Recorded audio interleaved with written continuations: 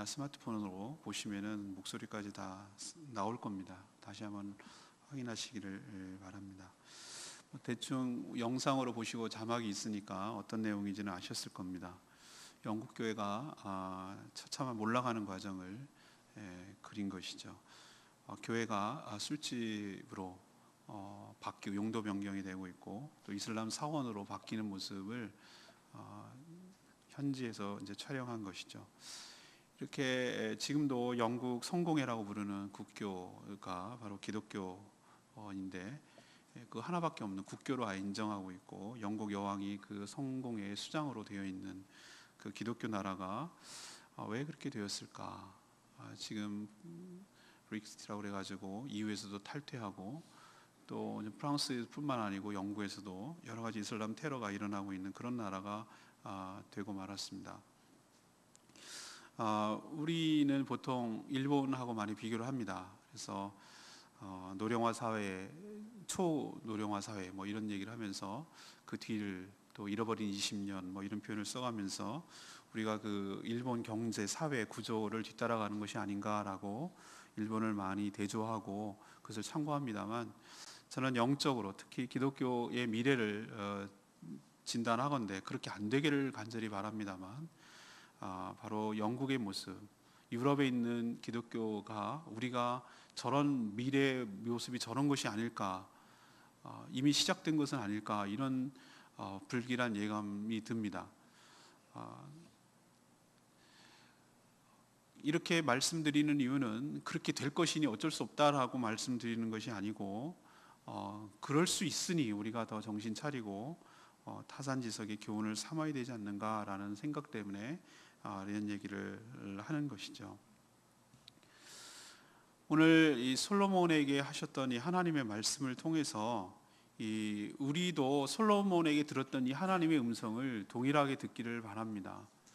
하나님께서 솔로몬을 향해서 좋은 말씀도 하시고 지금은 아무 일도 안 일어나고 그냥 단순히 이렇게 되면 이렇게 될 것이고 만일 이렇게 하면 이렇게 될 것이다 라는 어떤 중립적인 표현을 쓰면서 얘기를 하셨지만 이것이 나중에 어떻게 실제적으로 전개되고 실현되는지를 보면서 우리도 지금은 어떻게 된다라고 현재가 그렇다라고 말하는 것이 아니라 우리도 이렇게 될 수 있으니 너희들도 삼가 조심하라는 하나님의 경고로 받아들이고 우리의 신앙을 다시 한번 무엇을 붙들어야 될지에 대한 하나님의 음성으로 듣는 시간 되기를 원합니다.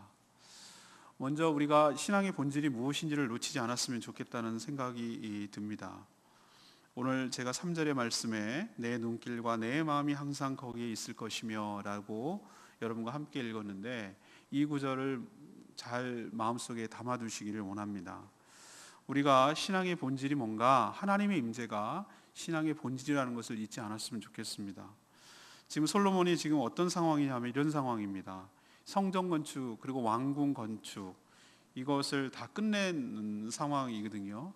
그러니까 성전이 7년이 넘게 걸렸고 왕궁이 13년이 걸렸으니까 도합 20년 동안 국가의 모든 역량을 집중시켜서 최고급 자재 두로에 있는 백향목 잣나무를 갖다가 그것을 사용하고 또 그동안 아버지 다윗이 모아놨던 은과 금 특히 금을 또 그것을 활용해서 성전의 모든 것들을 다 금으로 하고 또 히람이라는 놋 전문가를 불러다가 성전의 여러 가지 놋기구들을 최고급으로 예술품의 경지까지 수준까지 해서 만들었습니다.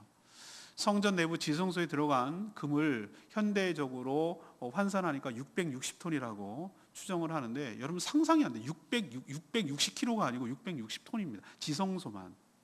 그러니 얼마나 많은 금이 동원되고 이렇게 덮였는지 알 수. 금덩어리 그 자체죠 성전이. 그 웅장함과 그 화려함에 사람들은 압도당했습니다. 그리고 이 봉헌식이 열렸죠. 우리로 치면 준공식이죠. 하나님께 올려드리는 봉헌식 때 소가 22,000마리가 죽었고 양이 12만 마리가 죽었어요. 그 모든 백성들이 다 참여하는 가운데 하루 동안의 세레모니가 아니라 14일간의 절기를 거치면서 그렇게 봉헌식을 올려드렸다고 기록하고 있습니다. 재물이 너무 많아서 그 만들었던 놋제단 갖고는 감당이 안 돼서 성전 한가운데 구역을 특별구역으로 선포하고 거기다가 그 수많은 제사를 드리고, 다 태운 것만이 아니라 화목제 같은 것은 일부만 태우고 나머지는 백성들에게 나눠주는 거기 때문에 엄청난 양의 고기가, 그때는 아마 포식을 하는 날이었을 거예요. 모든 백성들이 다 나누고도 남을 만큼 엄청난 물량의 제사를 드렸습니다. 그리고 여러분 지난 한 주간 묵상했지만 솔로몬이 성전에서 너무 감격스러워서 이 모든 것에 하나님께 감사를 드리며 쭉 긴 예언적인 기도, 하나님께 간구하는 기도를 드리는데 그 기도 내용 하나하나가 얼마나 은혜로운지 몰라요. 그리고 그렇게 드렸던 이유는 제사장이 그 언약궤를 지성소에 딱 안치하고 났을 때 정말 초자연적인 현상이 일어나는 거예요. 어디서 왔는지 그 성전 안에 구름이 너무 빽빽해서 제사장들이 서서 움직이지 못할 정도로, 제사를 집례하지 못할 정도로 하나님께서 그 성전을 받으셨다라는 분명한 눈에 가시적인 사인을 그들에게 주셨습니다. 자, 이제는 다 끝났습니까? 이제는 할 일 다 했으면 이제 끝입니까? 이제 안심해도 되겠습니까, 여러분? 이게 신앙의 전부입니까?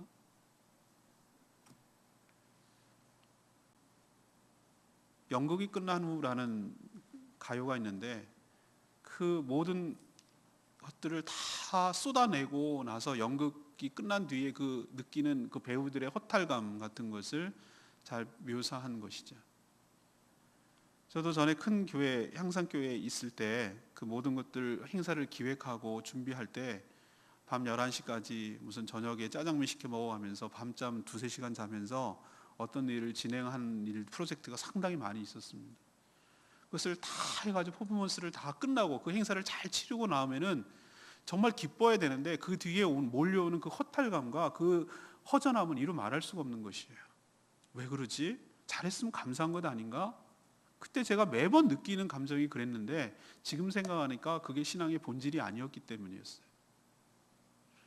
우리들이 큰 교회에서 200명이 넘는 성가대와 50여 명이 넘는 전문 오케스트라가 동원되고 정말 파이프 오르간의 연주 속에 대규모 그 화려한 영상과 LED로 장식된 그 빔 프로젝트를 통해서 예배를 잘 드리면 정말 더 은혜스러울 것 같습니까, 여러분?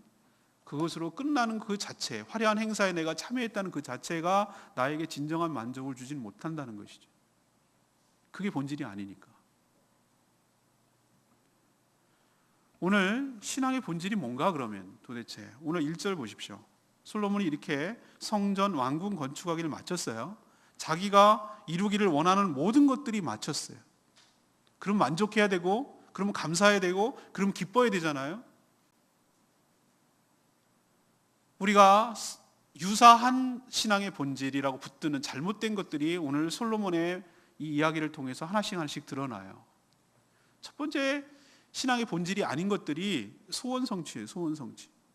오늘 1절에 보면은 다윗이 준비하고 솔로몬이 성전도 수건사업이에요. 수건사업. 다윗이 그렇게 원하던 것이었어요. 그 역량을 다 집중시켰어요. 국가적 대공사였어요.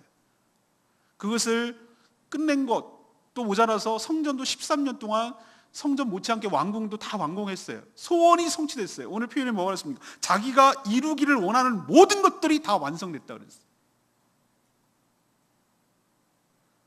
우리도 이루기 원하는 것들이 얼마나 많습니까? 난 꿈이 있어요 라고 말하죠. 정말 그것은 배타운 만들어가지고 모든 선교사들을 헌신하고 섬기고 그러는 것, 제주도의 10%를 복음화하는 데 기여하는 교회, 정말로 큰 대사위 주민센터 같은 걸 만들어서 지역 주민을 섬기는 그런 꿈들을 이루는 것, 해외에 있는 선교사님들을 초빙하고 섬기는 것, 해외에 있는 수많은 그 현지 지도자들을 초청해서 그들을 신학적으로 선교적으로 훈련해서 다시 재파송하는 것, 이런 꿈들이 있죠. 그러면 그 꿈을 다 이뤘다 칩시다. 그러면은 그게 신앙입니까? 그게 신앙의 본질이고 그것이 만족이고 그것이 기쁨이고 그건가요? 그게 아니라는 것을 오늘 보여주는 것이 하나님께서. 네가 소원 성취하는 것이 신앙의 본질이고 그게 중심이 아니라는 거예요. 그럼 뭔가 2절에 보면 또 아닌 게 나와요. 여호와께서 전에 기브온에서 나타나신 같이 다시 솔로몬에게 나타나셨어요. 기브온이 뭡니까? 솔로몬이 왕이 되었을 때 하나님 자기 같은 자를 왕이 야, 왕이 된 것이 너무나 감사하고 고마워서 일천 번제를 하나님께 드렸다고 그랬어요. 그 장소가 기브온이에요. 거기에 성막이 있으니까 1000마리의 제물이 드려졌어요. 그때 그날 밤 예루살렘으로 복귀하기도 전에 그날 밤 하나님께서 나타나셔서 네가 무엇을 원하는지 구하라고 하셨어요. 그때 듣는 마음을 구했고, 그때 하나님께서 부귀영화와 총명과 지혜까지 주신 그 현장, 그 기브온이에요. 그때 나타나신 하나님이 20년의 갭을 뛰어넘어서 모든 왕궁과 성전을 건축한 후 그날 저녁에 또 나타나셨어요. 대단하지 않습니까? 어떤 사람은 하나님을 만나고 하나님이 자신에게 나타나는 것이 있을 동안 단 한 번도 없이 그냥 지나가는 사람이 있어요. 솔로몬은 뚜렷하게 하나님의 계시로, 하나님의 현현으로 2번이나 그런 놀라운 체험을 했어요. 그럼 이게 신앙의 본질인가? 아니에요. 많은 사람들이 소원 성취가 신앙의 본질이라고 생각하는 그것도 아니고, 하나님 앞에 정말 나타나고 하나님을 만나는 신비한 체험을 하는 것이 신앙의 본질인가? 그것도 아니라는 거예요. 우리도 수많은 체험들을 합니다. 저도 체험이 있습니다. 그러나 여러분이 놓치지 말아야 될 것은 그것은 신앙의 격가지지 신앙의 본질이 아니라는 거예요.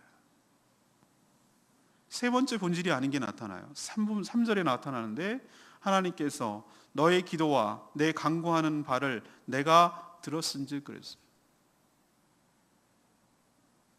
너의 기도가 상달되고 하나님께서 기도를 응답해 주신 것이 그러면 신앙의 본질인가? 그것은 신앙의 현상이지 그게 신앙의 본질은 아니에요. 우리도 하나님께서 내 기도를 들으시고 간구함을 들으시고 그러실 줄로 믿습니다. 그러나 그 자체가 신앙의 본질은 아니라고요. 그럼 뭐가 도대체 신앙의 본질입니까? 오늘 하나님께서 솔로몬에게 하신 중요한 말씀이 있어요. 뭐라고 하셨는지, 네가 건축한 이 성전을 거룩하게 따로 구별하여서 내 이름을 거기에 두겠다. 내 이름을 거기에다 걸겠다. 이 성전의 이름이 여호와 하나님을 위한 성전이라고 칭하는 것을 내가 허락하겠다.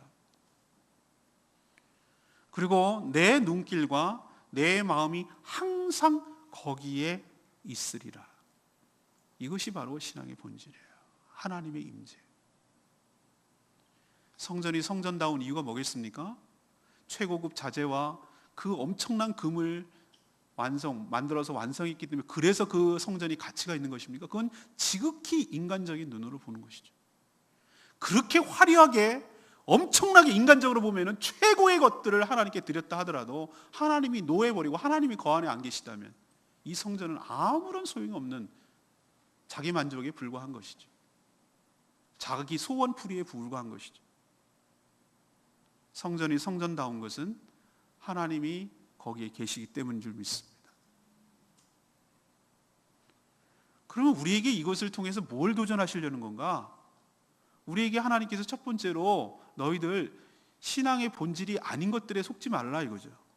껍데기 붙들고 그게 신앙인 척 하지 말고 그게 신앙이 핵심인 것, 알맹인 줄로 착각하고 살지 말라는 거예요. 여러분이 하나님을 통해서 여러분의 소원이 성취되는 것이 신앙의 본질이 아니에요. 여러분이 무슨 소원 성취를 다 했다고 하더라도 그건 신앙은 아니에요. 솔로몬처럼 소원이 성취된 사람이 어디 있습니까? 자기가 하고 싶은 대로 다 했다고 그랬어요. 다 했어요.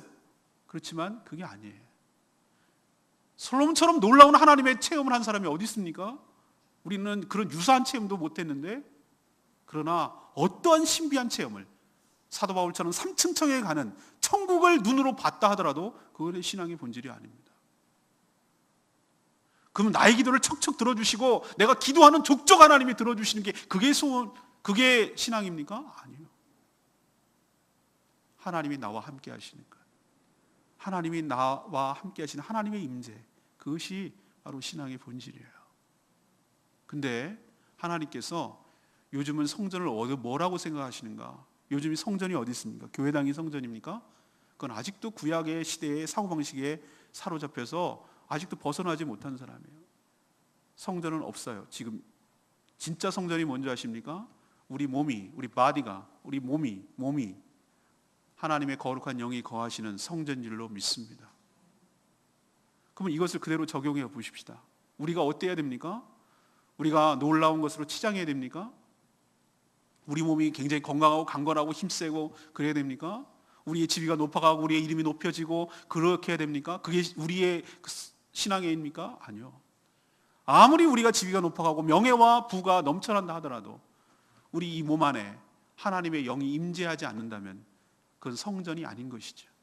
그냥 몸인 것이죠. 그냥 육체인 것이죠. 우리의 존재 가치는, 성전의 존재 가치는 그 안에 금이 많아서가 아니라 하나님의 영이, 하나님의 마음이, 하나님의 눈길이 거기에 있기 때문에 성전이 가치가 있는 것처럼, 여러분의 존재 가치는 여러분의 그 무엇 때문이 아니라 여러분 안에 하나님의 영인 성령님이 거하시기 때문에 여러분이 존귀한 자인 줄로 믿습니다. 그러니 엉뚱한 데다가 마음 쏟지 마시고 여러분이 안에 성령을 모시고 그 성령의 내주함과 그 성령의 인도하심을 경험하게 되는 복된 인생 사시기를 간절히 축복합니다. 두 번째 얘기는, 그러면은 하나님의 임재가 계속되기 위해서는 어떻게 되는가? 그건 바로 우리의 순종에 달려있다는 것을 우리에게 가르쳐 줍니다. 오늘 4절에 하나님께서 솔로몬에게 했던 말씀을 기억하십시오. 이렇게 얘기합니다. 네가 만일 너의 아버지 다윗이 행한 같이 마음을 온전히 하고 바르게 해서 너의 앞에 행하며 내 앞에서 행하며 내가 항상 내게 명령한 대로 온갖 일에 순종해서 내 법도와 율례를 지키면, 이것이 바로 하나님의 임재의 조건이에요. 하나님이 우리와 함께 하시는, 하나님의 항상 하나님의 눈길과 하나님의 마음이 있게 하는 비결이 여기에 있어요. 하나님의 눈길과 하나님의 마음이 있다는 것은 하나님이 우리를 사랑하신다는 뜻이에요. 우리도 사랑하는 것에 항상 눈길이 가 있고 마음이 가 있습니다. 우리도 아이들이 이렇게 엄마가 아이들이 노는 거 보지만 딴 것 보는 것처럼 보이지만 항상 의식하고 있는 것은 엄마는 아기를 의식하고 있어요. 눈길이 항상 가 있어요. 왜? 사랑하니까. 내가 책임져야 될 아이니까. 하나님이 눈길이 가 있고 마음이 가 있다는 것은 우리에게 온팡 마음을 주신다는 뜻이에요. 우리를 사랑한다는 뜻이에요. 우리가 쇼윈도 부부라고 그러죠. 돈은 잘 갖다 주고 뭐 의리아리한 맨션에서 살게 하고 좋은 차 몰게 하고 그런 게 다 해줬어요. 근데 사랑을 안 줘. 여러분 그런 남편이랑 살고 싶으세요? 아니면은 뭐 별 볼 일 없고 그냥 소박하게 살지만 정말 진심으로 사랑하는 남편하고 살고 싶으세요? 모든 사람은 사랑을 받고 싶어요. 사랑을 받는 가운데 그 모든 것도 필요한 것이지, 사랑이 없는 가운데 주는 것은 다 껍데기에 불과해요. 사랑하는 여러분, 여러분이 하나님과의 좋은 관계 속에서 그 하나님의 사랑을 온팡 누리게 되는, 하나님이 항상 여러분을 주목하시고 여러분을 항상 마음에 가 있고 여러분에게 눈길을 주는 그런 좋은 관계를 유지하게 되시기를 바랍니다. 그렇게 하기 위해서는 어떻게 되냐면은 솔로몬에게 했던 이 말씀을 잘 유념해 둬야 돼요. 아버지 다윗이 기준이에요. 근데 하나님께서 행동을 요구하시기 전에 무엇을 얘기하냐면 네 마음이에요. 네 마음. 마음을 온전히 해라는 거예요. 온전히 하고 바르게 하라는 거예요. 위선적이고 가식적이고 쇼하지 말라고요. 하나님 앞에서 진심을 다해서 전심을 다해서 찔끔찔끔 마음이 나뉘지 말고 나도 너의 마음을 다하고 너에게 온통 눈길을 주는 것처럼 너도 온 마음과 정성을 다해서 하나님께 눈길을 주고 하나님께 마음을 쓰라는 거예요. 하나님이 요구하시는 건 너의 마음이에요. 그냥 어떤 행위가 아니고 어떤 헌물이 아니에요. 여러분의 마음을 원하세요. 그 마음을 원하는 것을 마음이 어떻게 표현됩니까? 그게 바로 하나님을 온통 마음을 드리는 것이 하나님께서 명령한 순종, 하나님께서 명령한 온갖 일에 순종하는 것으로 표현돼요. 우리도 가끔 그러잖아요. 사랑한다는 표현을 해달라고 요구를 해요. 저희 아내도 가끔 그런 표현을 얘기를 해요. 말 안 하면 어떻게 알아? 저한테 막 그래요. 가만 생각하니까 그래요. 남자들 특히 경상도 남자들 그렇다면서요. 표현을 잘하기 서툴잖아요. 됐지 뭐 그걸 또 얘기를 해야 되나 이렇게 얘기를 하잖아요. 근데 아내 입장에서는 그래요. 자꾸 듣고 싶고 확인하고 싶고 그런 거예요. 사랑은 표현하게 돼 있어요. 표현하지 않으면 사랑이 아니에요. 그럼 우리가 하나님을 사랑하고 하나님을 온전히 섬기고 하나님을 그렇게 한다는 것을 뭘로 표현할 거예요? 뭘로 할 거예요? 그것은 바로 내가 사랑하면 사랑하는 사람이 기뻐하는 일을 하고 싶은 게 사랑하게 돼 있는 거예요. 우리가 진심으로 하나님께 온 마음을 드리고 하나님을 사랑한다는 표가 뭘로 나타나는가? 하나님께서 주신 명령에 온갖 일에 순종하는 것으로 표현이 돼요. 그게 바로 사랑이에요.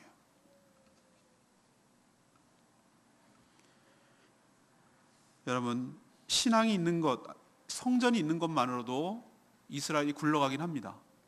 제사를 거기서 드리게 되고 거기서 말씀이 선포되고, 그렇기 때문에 신앙의 군심점이 되긴 해요. 그 안에 또 하나님의 임재를 상징하는 지성소의 언약궤가 있으니, 그러면 자연스럽게 자동적으로 하나님이 우리와 함께 하시는 것 아닌가 이렇게 생각하기 쉽지만 그게 아니라는 것을 오늘 말씀드리는 거예요. 하나님께서 만일이라고 했으면은 if, 만일이라는 것은 그렇지 않을 수도 있다는 거잖아요. 이것은 뒤집어서 얘기하면은 그렇지 않을 경우 하나님의 임재가 없을 수도 있다는 얘기도 되잖아요. 하나님의 이건 경고이기도 하고 하나님의 축복이기도 합니다. 이 하나님의 언약은 양면성이 있는 것이에요.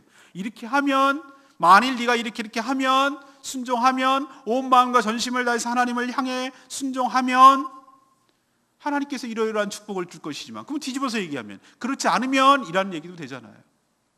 이렇게 온 마음과 정성을 다해 온갖 일에 하나님 앞에 충성했을 경우 무엇이 보장되는가? 5절에 있는 축복이 보장돼요. 5절에 있는 말씀이 이렇게 시작합니다. 그렇게 하면, 네가 법도와 율례를 지키면 내가 하나님이 네 아버지 다윗에게 말하기를 이스라엘의 왕위에 오를 사람이 너에게서 끊어지지 아니하리라 한 대로 네 왕위를 영원히 경고하게 하려니와, 이런 약속을 해주세요. 이 얘기는 뭐냐면, 하나님께서 네가 온 마음을 다해서 정말 그렇게 했을 때 보장하는 게 하나 있는데, 너희 후손들이 대대로 계속해서 왕위를 영원토록 이어가게 할 뿐만 아니라 그 왕위가 견고하게 되리라 라는 약속을 해주셨어요. 솔로몬에게 있어서 왕위지만 우리는 왕은 아니잖아요. 그 우리가 왕위가 계속 이어간다는 건 아니잖아요. 저는 이 왕위를 뭐로 해석했냐면 하나님의 축복이라고 생각을 했어요. 하나님의 임재의 축복이 가장 큰 신앙의 본질이라고 말씀드렸죠. 그럼 우리가 어떻게 하면은 계속 지속적으로 하나님의 은혜와 축복을 받을 수가 있는가?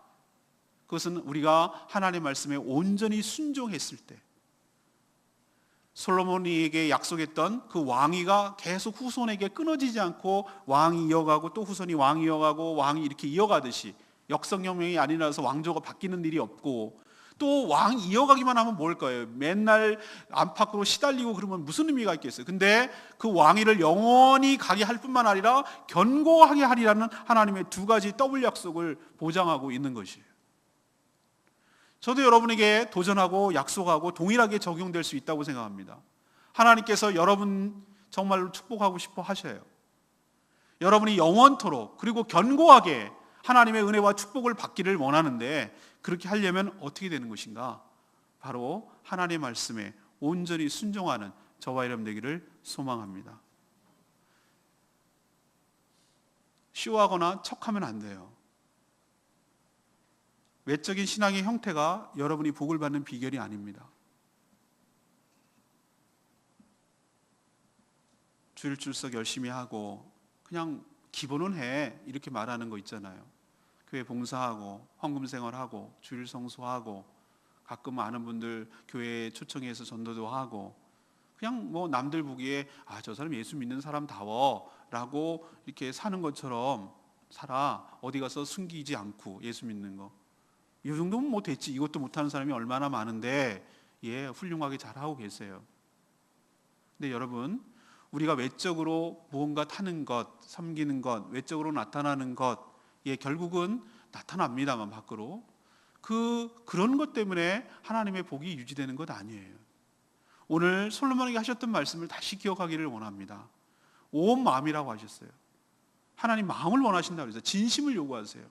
그 마음이 동반된 하나님의 순종, 하나님에 대한 순종, 이것이 바로 하나님의 임재가 지속되고 견고하게 될 줄로 믿습니다.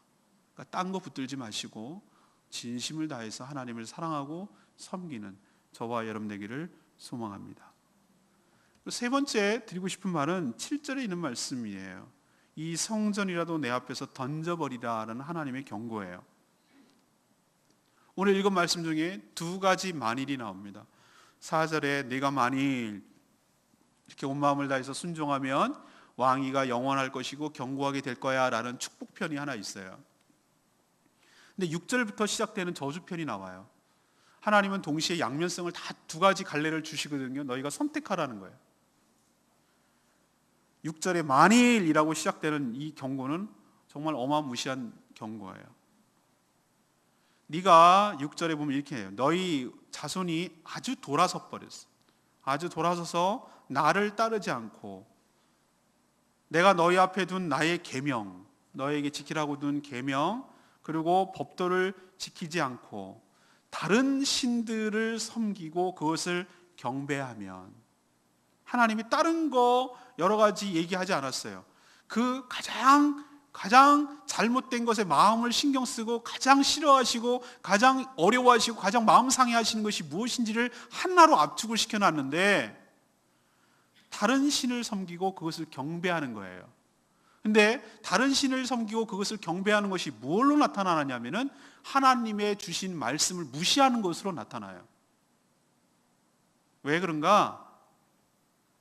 우상은 우리의 헌신을 요구해요.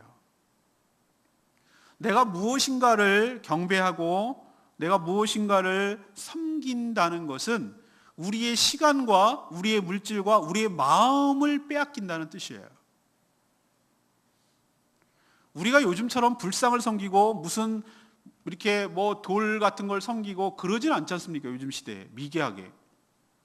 그런데 더 무서운 것은 보이지 않는 우상이 더 무섭다는 거예요. 우리의 마음을 온통 빼앗아가고 거기다가 헌신하게 만드는 그 무엇이 우리를 더 무섭게 하고 우리를 더 타락시키는 것이에요. 내가 섬기고 있는 것이 무엇으로 증명이 되는가? 내 마음을 쓰는 것으로 나타나요. 내가 어디에다가 시간을 많이 보내고 있는가? 내가 어느 장소에 내 몸이 많이 가 있는가? 내가 어디에 자리에 많이 앉아 있는가? 내가 무엇을 자꾸 떠올리며 생각하는가? 그것이 여러분이 지금 섬기고 있는 우상이에요. 내 마음을 사로잡는 그 무엇. 우상의 특징은 내가 헌신을 요구한다고 그랬잖아요.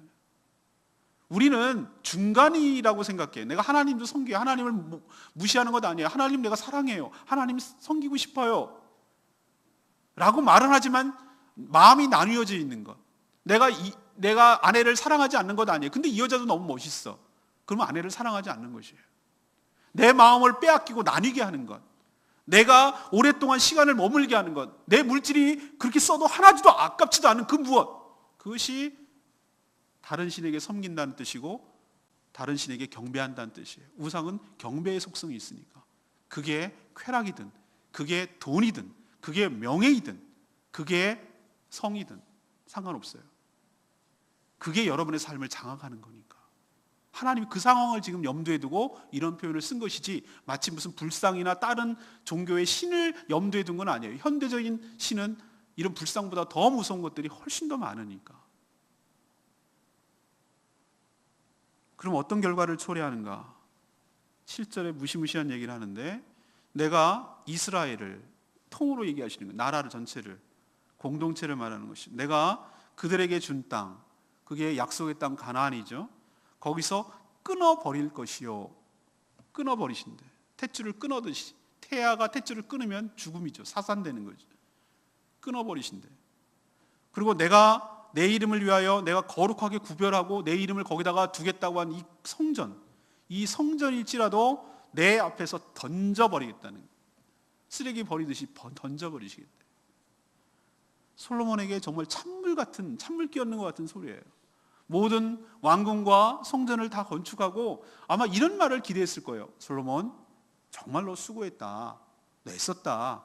정말 내가 너 그 노고를 잊지 않을게. 뭐 이런 것을 기대했을지 모르는데 하나님은 완전히 찬물 샤한 얘기를 하시는 거예요.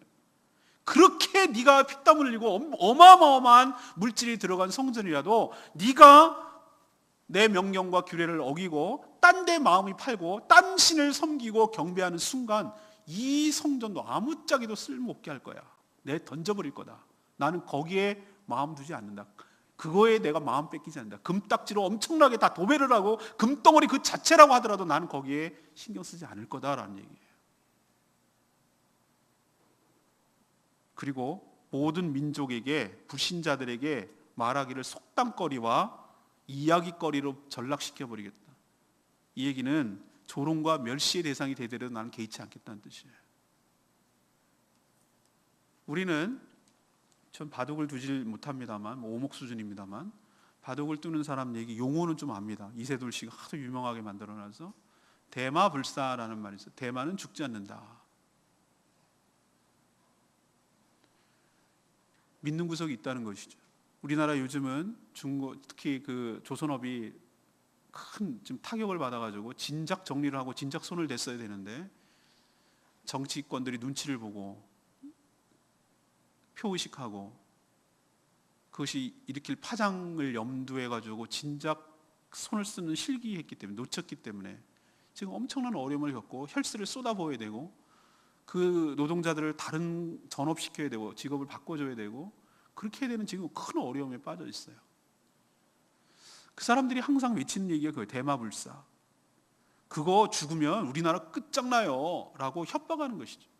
우리도 전에 그런 경험이 있어요. 뭐 LG라든가 이런 카드 회사가 막 길거리에 나서면서 학생들에게도 카드를 남발하고 그 아이들이 그냥 카드를 써버리고 연체되는 것뿐만 아니라 신용불량되는 게 문제가 아니라 그 모든 잘못된 빚덩어리를 결국은 모든 회원들과 그것도 감당이 안 되니까 나라의 혈세를 쏟아부어가지고 그 회사를 살렸어요. 그때 논리가 뭐냐면 우리 망하면 어떻게 되는지 알아요? 국가 경제에 얼마나 큰 타격을 주는 거 압니까? 뭐 이런 식의 논리였어요. 절대 안 망한다. 이렇게 하는 논리죠. 국가 경제가 휘청거리니까. 우리도 이런 식으로 신앙을 들이대는 경우가 많이 있습니다.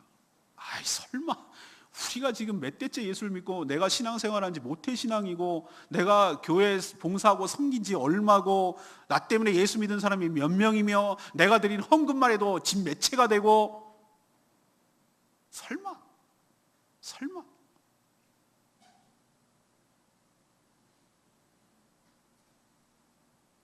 설마가 사람답습니다. 여러분 엉뚱한 거 붙들고 있고 그것이 내 안전을 보장하고 내 삶을 보장할 거라고 생각하는 그런 착각에 빠져 있다면 얼른 착각을 깨셔야 돼요. 금으로 도배라고 금덩어리 자체, 그 어마어마한 건물 자체가 금이라고 할 수 있는 성전도 하나님께서 던져버리시기 때문에 저는 약속의 땅이 우리의 삶의 기반이라고 표현했고 성전이 우리 신앙의 터전이라고 표현했어요. 우리의 삶의 기반, 우리가 먹고 사는 삶의 기반, 그것이 여러분의 직장이 됐던 여러분의 직업이 됐던 여러분의 뭐 기술이 됐던 여러분의 자격증이 됐던 하나님이 하나도 아까워하지 않으세요. 전혀 개의치 않으세요. 너희들이 어마어마하게 했던 성전 건축, 너희들이 이뤄놨던 몇 대째 예수 믿는 신앙, 너희들이 뭐 몇 명의 목사를 배출했고 선교사를 배출했고 교회를 몇 개 세웠으며 하나도 개의치 않으세요. 왜? 너희들이 나를 떠나고 마음이 다른 데 뺏기면 엉뚱한 거 붙들고 그것 때문에 설마 나를? 라고 착각하지 말라는 뜻이에요.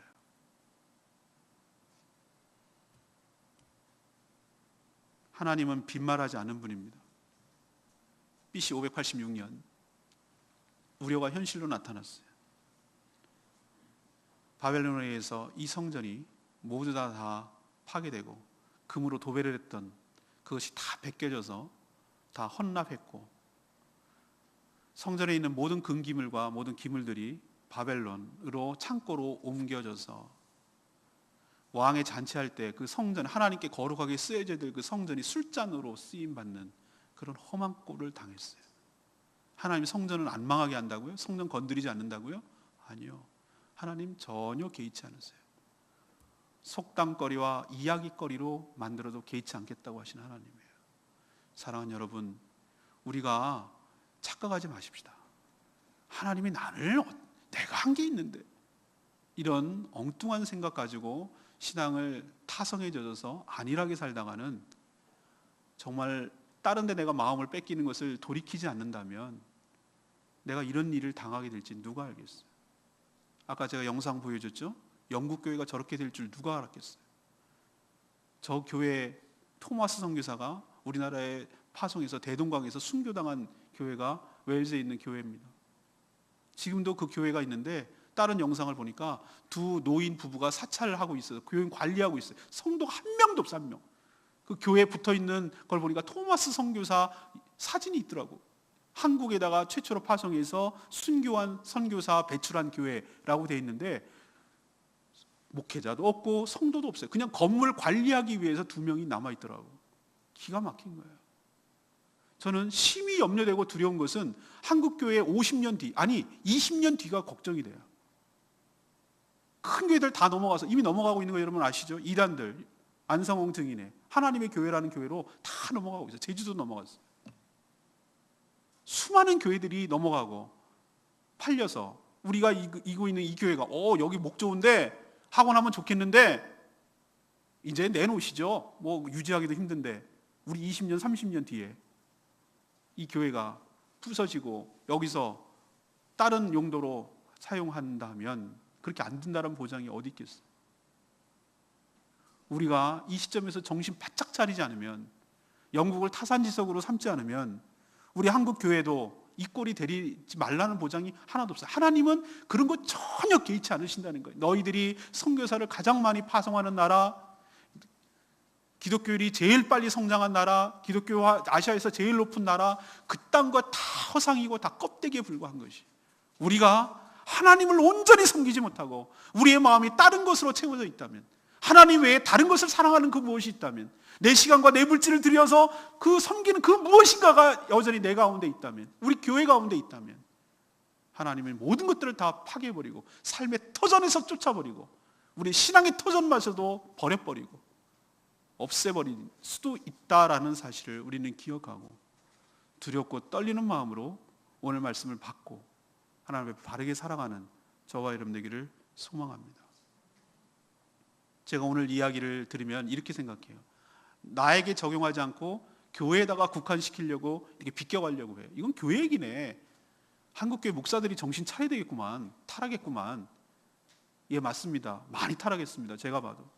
저도 그럴 요소가 충분하고 있고요. 가능성도 있고요. 기도 많이 해주십시오. 근데 오늘 드렸던 말씀이 교회에 주는 말씀이 아니에요. 예, 교회도 해당돼요. 그러나 여러분 각 개인에게 적용시켜야 될 문제예요. 제가 아까 서두에 말씀드렸죠? 성전이 뭐라고요? 성전은 없어요. 지금 무슨 금칠하고 제사 드리는 성전이 어디 있어요? 여러분 몸이 하나님이 거룩하신 성전인 줄로 믿습니다. 여러분 안에서 예배하고 여러분 안에서 기도하고 여러분께 하나님께 나아가는 이미 여러분의 성전이 차려져 있어요. 여러분 성전을 모시고 살아가는 성전, 이동용 성전이에요. 이 이야기는 전부 다 다른 얘기가 아니라 바로 여러분 얘기예요. 여러분이 성전이니까. 여러분이 그렇게 존귀하더라도 여러분 안에 딴 것으로 채워진다면, 여러분의 시작은 정말로 예수 그리스도의 핏값으로 거듭나가지고 여러분 안에 성령을 모시고 살아가는 존재라 하더라도, 그렇게 고귀하고 존귀한 존재일지라도 여러분 안에 그 하나님 외에, 성령 외에 다른 것으로 내가 채우는 그 무엇인가가 있다면 이렇게 될 수도 있다는 사실을 기억하고 두렵고 떨리는 마음으로 날 향한 하나님의 경고일로 받아들이고 바르게 살았으면 좋겠습니다. 여러분에게 도전하고 실질적으로 권면하고 싶은 첫 번째는 이겁니다. 여러분에게 묻습니다. 요즘 여러분들은 성령으로 충만하십니까? 하나님이 나와 함께 하신다, 내 안에 계신다라는 것을 확신 가운데 느끼고 사십니까? 여러분이 느끼는 하나님과 여러분의 그 심리적 거리감, 영적인 거리감이 어느 정도로 느껴지십니까? 이게 여러분만이 스스로 대답할 수 있는 것이죠. 멀게 느껴지고, 내가 하나님을 뜨겁게 사랑하며 하나님을 그렇게 눈물로 하나님께 고백하고 그랬던 적이 너무너무 오래전 얘기고, 너무나 감각이 무뎌져 버렸고, 내가 하나님 앞에 눈물로 기도해 본 적이 언젠지 기억도 가물가물하고, 내가 하나님을 정말 뜨겁게 사랑함으로 몸된 교회를 위해서 내가 헌신한 적이 언젠지 기억도 가물가물하고, 내가 영혼을 사랑해서 그 영혼을 정말 안타까운 마음으로 복음을 전해주고 저 영혼을 위해서 내가 어떻게 할 거라고 안타까워하는 그 마음이 사라진 지도 이미 오래고, 그냥 타석에 젖어서 주일날 왔다 갔다 왔다 갔다 그러면서 나는 신앙생활 해놓으라고 그냥 위안 삼고, 도대체 하나님이 나와 어디쯤에 있는지 그 위치도 못 잡겠고, 그렇다면 여러분 잘못 살고 있는 것이, 하나님의 임재가 아닌 것이고 엉뚱한 것을 붙들고 있는 것이에요. 오늘 여러분에게 도전주시는 첫 번째 말씀 기억하십시다. 하나님의 임재가, 하나님의 마음이 여러분과 함께 있는 것이, 하나님의 눈길이 여러분에게 있는 것이, 그런 친밀한 관계가 바로 신앙생활 잘하는 거예요. 다시 한번 각성하고 정신 차리고 하나님 앞에 다시 서서 그 뜨거운, 그 살아있는 하나님과의 관계를 다시 회복하게 되기를 간절히 바랍니다. 껍데기 붙들고 연연하지 말고, 하나님이 없는 신앙생활 하지 말고, 성령이 없는 신앙생활 하지 마시고, 여러분 안에 성령이 계시고 성령을 모시고 성령 충만하게 살아가는 저와 여러분 되기를 간절히 소망합니다. 두 번째, 여러분 믿고 뭘 믿고 사십니까? 여러분 뭘 백을 믿고 사시냐고요? 성전이요? 아니라고 제가 말씀드렸잖아요.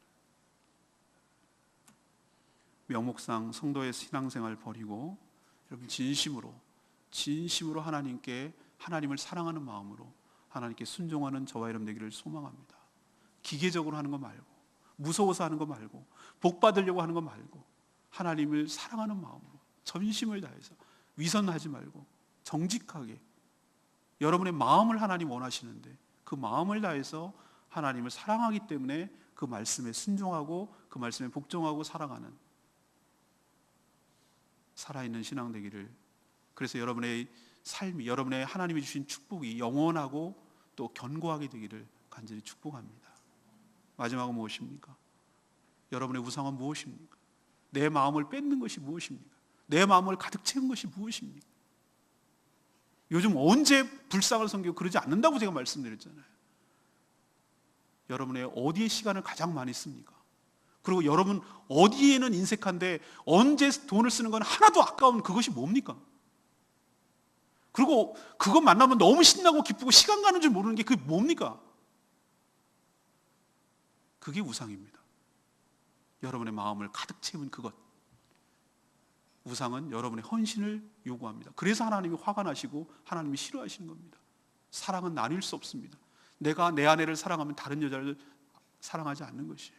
마음은 나눌 수가 없어요. 내가 하나님을 사랑하겠다는 얘기는 다른 것을 사랑하지 않겠다는 뜻이에요. 그런데 나는 양다리를 걸치고 이것도 사랑하고 이것도 사랑하겠다고 말하지 마세요. 그건 사랑하는 건 아니에요. 청산하시고 영적 바람과 영적 간음을 청산하셔야 됩니다. 당장 빼지 않으면 나의 삶의 터전과 나의 신앙 터전도 다 날아갈 수 있어요. 하나님 전혀 나 개의치 않아요. 당장 중단하시고 하나님만 섬기는 복된 인생 되기를 간절히 축원합니다. 다산지서 영국교회가 우리의 미래일 수도 있다는 거 기억하시고, 우리 한국교회가 이렇게 되지 않고 우리 자신이 저렇게 되지 않도록 삼가 조심하며 살아가는 복된 인생 되기를 간절히 축원합니다.